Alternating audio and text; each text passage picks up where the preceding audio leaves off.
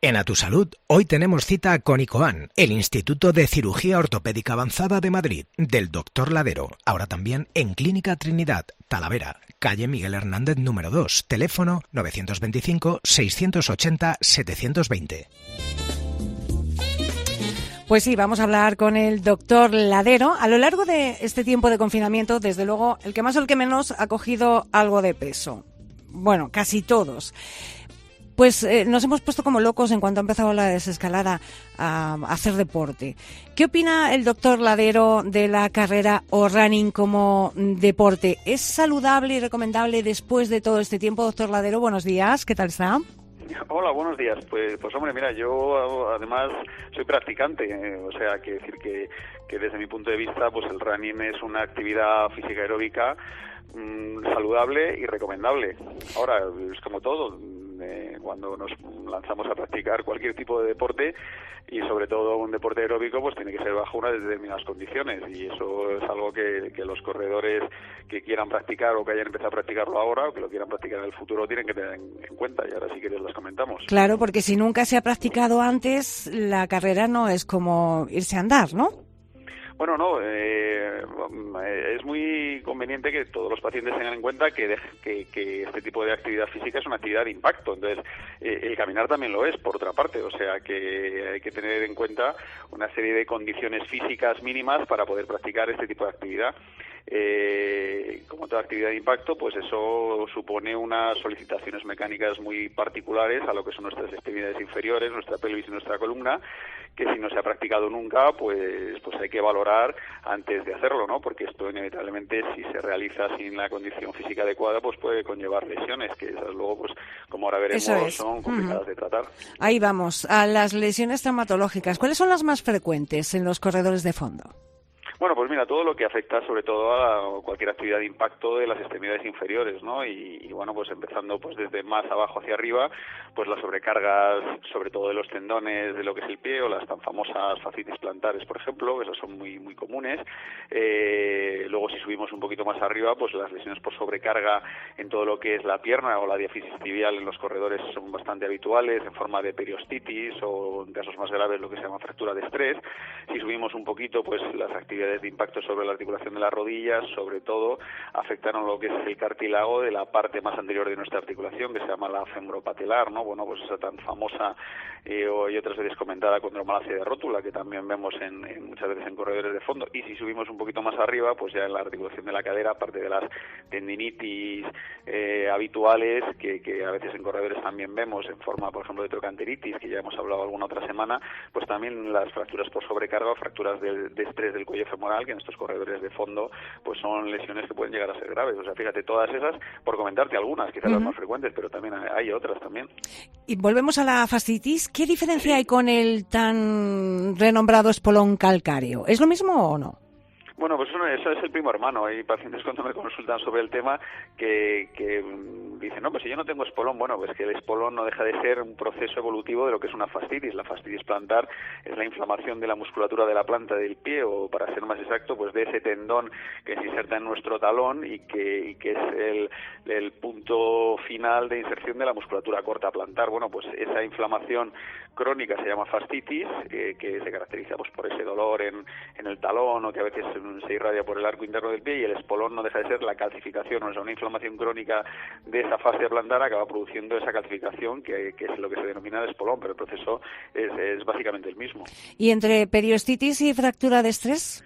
Bueno, pues dos fases de la misma enfermedad o del mismo proceso. La periostitis, muy común en corredores de fondo, que es ese dolor en la cara interna de nuestra pierna o de la tibia, el hueso que tenemos subcutáneo ahí en esa zona de por debajo de nuestra rodilla. Bueno, pues esos corredores de fondo, sobre todo aquellos pacientes o personas que son supinadoras, es decir, que tienen la pierna como un poquito hacia adentro, lo que se llama genúvaro, pues impactan de forma reiterada en esa cortical medial o anteromedial de la tibia, que se acaba inflamando en forma de periostitis, o una inflamación de la membrana que recubre ese hueso que se llama periostio. Eso, dejado de su evolución, si no se trata y si se continúa sobrecargando esa estructura anatómica, pues puede llegar a producir una fractura de estrés o fractura por fatiga de esa tibia. O sea que es el mismo proceso en distintas fases. Explíquenos, doctor Ladero, un poquito mejor qué es eso de la condromalacia de rótula.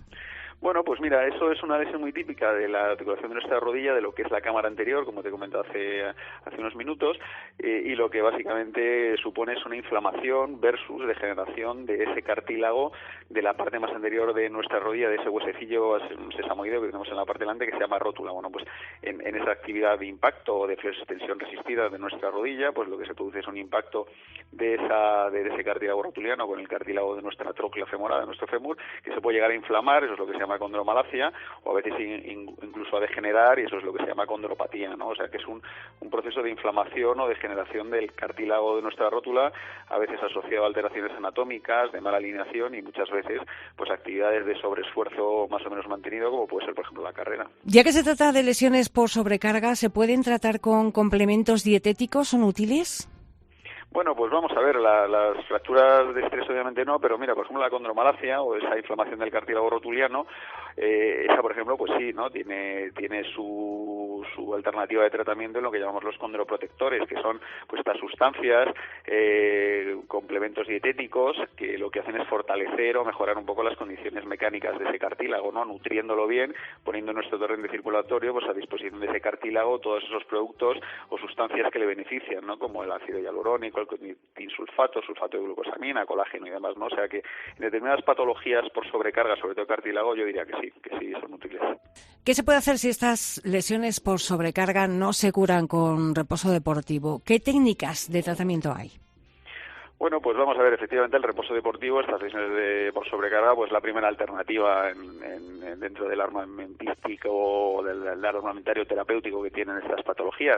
Pero bueno, luego ya se me ocurre, pues si eso no es suficiente, el utilizar, por ejemplo, el tratamiento fisioterápico rehabilitador en forma de terapia física, que puede llegar a ser muy útil, ¿no? Campos electromagnéticos, si tenemos esas fracturas de estrés, electromedicina tipo onda corta, láser TENS para esas inflamaciones ligamentosas o tendinosas, ¿no? Por ejemplo, y como no, si todo eso fracasa, pues las infiltraciones, por ejemplo, a veces antiinflamatorios tipo corticosteroides en tendones que sean de no carga, o incluso colágeno, el PRP, o los condroprotectores inyectados dentro de la articulación, estos que acabamos de comentar, en vez de vía oral, pues por ejemplo el ácido hialurónico intraarticular, ¿no? También es muy útil. O sea que alternativas terapéuticas hay muchas, pero siempre y por supuesto después de haber cesado esa actividad deportiva y dar a nuestras articulaciones, a nuestros tendones un pequeño respiro para que se recuperen, y si no es suficiente, pues entonces ya utilizar todas estas otras opciones que tenemos a nuestro alcance.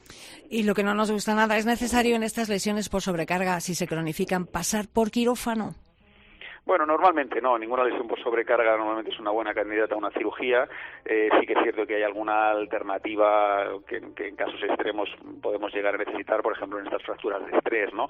Que son lesiones ya más graves, estas fracturas de estrés, por ejemplo en la tibia, pues sí que a veces necesitan cirugía de estabilización con algún clavo intramedular, y sobre todo y fundamentalmente, que lo vemos muchas veces en los corredores de fondo, en estos maratonianos, las fracturas de estrés del cuello femoral, lesión ya per se muy grave, y que esa ya se necesita una estabilización quirúrgica para evitar que esa fractura progrese y acabe en una necrosis o en una artrosis de nuestra cadera, ¿no? O sea que habitualmente estas lesiones de estrés lo que necesitan es reposo y un tratamiento médico fisioterápico alternativo, y solamente en casos muy muy excepcionales pues necesitamos recurrir al quirófano. Pero bueno, si llega el caso, pues hay alternativas para poder tratar estas lesiones también, claro, como no.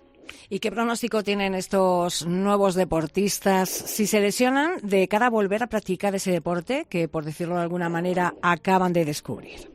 Bueno, yo creo que lo que hay que seleccionar es bien la opción deportiva que más nos conviene, ¿no? Yo, si una persona nunca ha practicado deporte de impacto, como ser la carrera, pues evidentemente si a mí me consulta le diría que no es la mejor opción, ¿no?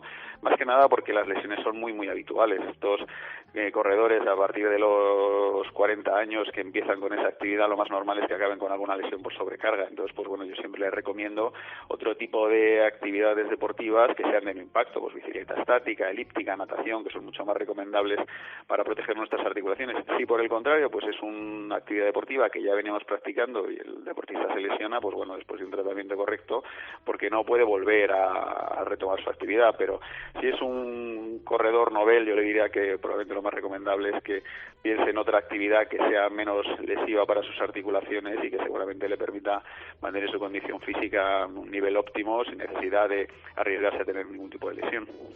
Doctor Fernando Ladero, muchísimas gracias por estar de nuevo con nosotros explicando de esta manera tan sencilla y también para que podamos entenderlo todas estas cuestiones. Un placer. Igualmente para mí. Un saludo.